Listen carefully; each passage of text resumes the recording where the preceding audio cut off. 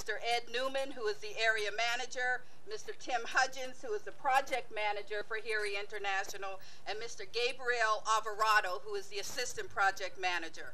From the Tompkins-Guilford Joint Venture, who is the contractor for the building, we have Mr. Mark Orient, Senior Vice President, and Mr. George Crease, who is the Vice President from Tompkins Builders, and Mr. Henry Guilford, the President of Guilford Corporation, and he is joined by Mr. Paul Williams, who is the Senior Project Manager.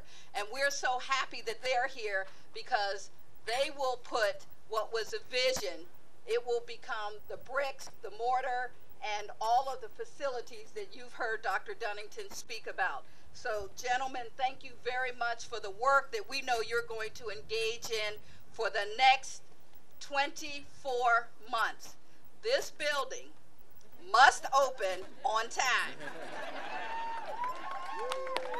So we won't be here long this morning because we know you all have work to do, and that would be all the gentlemen in the hard hats standing up here.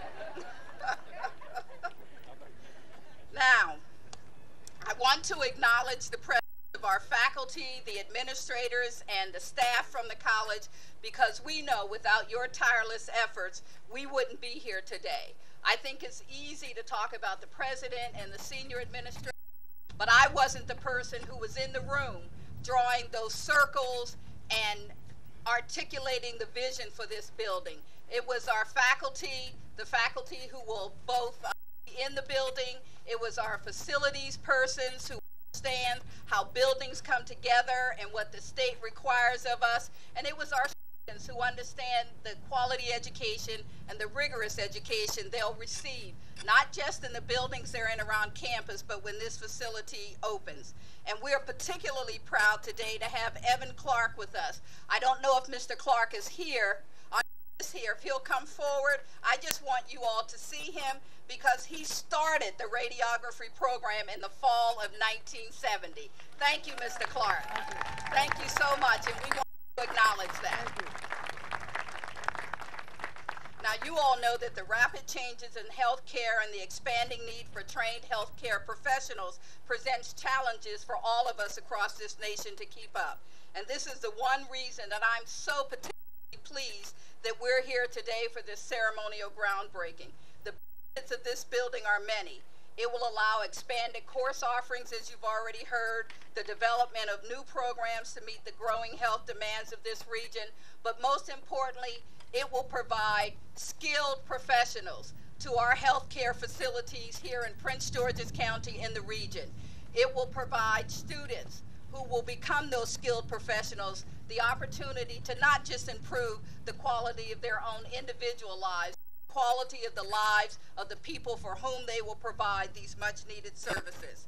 I will tell you also that you've heard about the programs, and I don't want to be repetitive, but we're also concerned about our carbon footprint. And what we're pleased and delighted to announce today is that we expect that this building will become the first LEED certified building on the Largo campus. And that's because of the work of our Dean of Facilities, Mr. David Mosby, his team, Mr. Bob Wallet, Mr. I was going to say Henry Tanner. Now, it really is Andre Tanner, but I have a portrait of Mr. Henry O. Tanner, if you all are aware, a black artist, and he is my Mr. Henry Tanner, but his real name is Andre, and certainly Mr. Dixon. So thank you very much. I would also tell you that a project of this magnitude would not have been possible without the support of the state and the county. This building will cost approximately $31 million. And I'm so sorry that you all cannot see me as I look out to my right, but you know, I am sort of framed by the American flag, the state of Maryland flag, and the Prince George's County flag, so I could have no better partners up here with me today. But this center will cost about $31 million, including furnishings and equipment.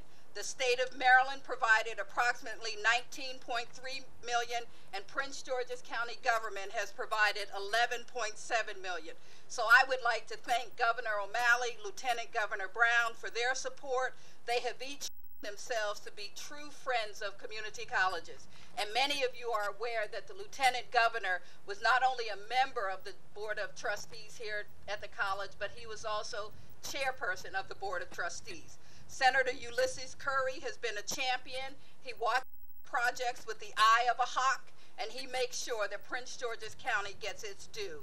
I am particularly grateful to the county executive, Jack Johnson, and certainly all of the members of the county council chaired by Mr. Denoga. I am exceedingly appreciative of the partnership that we have with Mr. Dean. Without his support in many cases, many of the things that we'd like to do would not be possible. So thank you so much. And what I will tell you is that all of you lobbied for these buildings, you cajoled, and you sometimes threatened on our behalf. And I appreciate every threat, every smile, every handshake, every time Prince George's Community College left your lips and went to the ears of those people who make a difference. So thank you all very much. And at this time, I'd like to introduce the Honorable John P. McDonough, Secretary of State for the state of Maryland.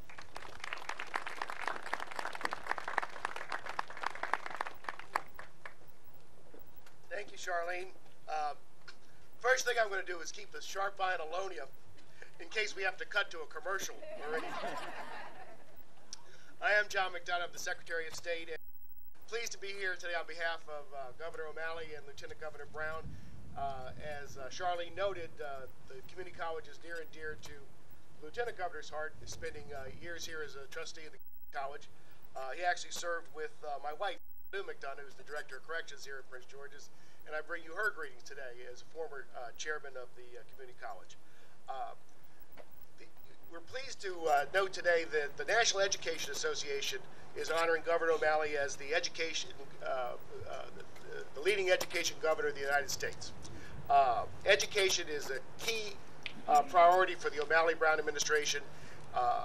That's evidenced not only by this honor from the National Education Association, but also from the designation for 2 years in a row now by Education Magazine that Maryland public schools are the best public schools in the United States, led significantly by improvement here in Prince George's County.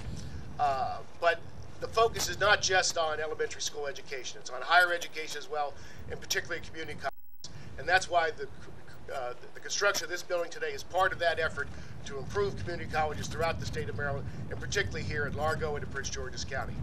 There's another key element to this as well. This building represents, along with many other buildings being built throughout the state, thousands of jobs in the construction industry, which, even though Maryland leads many of the other states in terms of our unemployment rate, one of the worst unemployment rates we have is the construction industry.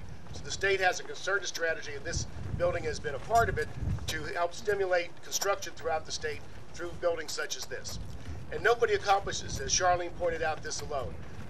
The governor relies heavily on the support of the Prince George's delegation, ably represented here today by Senator Peters and Delegate Griffith, and all the other delegates and senators are here today. And the governor works closely too. Community colleges throughout the state are fundamentally a state and local partnership. And we have such tremendous partners here with County Executive Johnson, Chairman Denoga, Councilman Dean, and the rest of the council. So this has been truly a partnership effort on behalf of all of those who represent Prince George's. And I'm proud to be here today representing Governor O'Malley and Lieutenant Governor Brown. Thank you very much for having me today.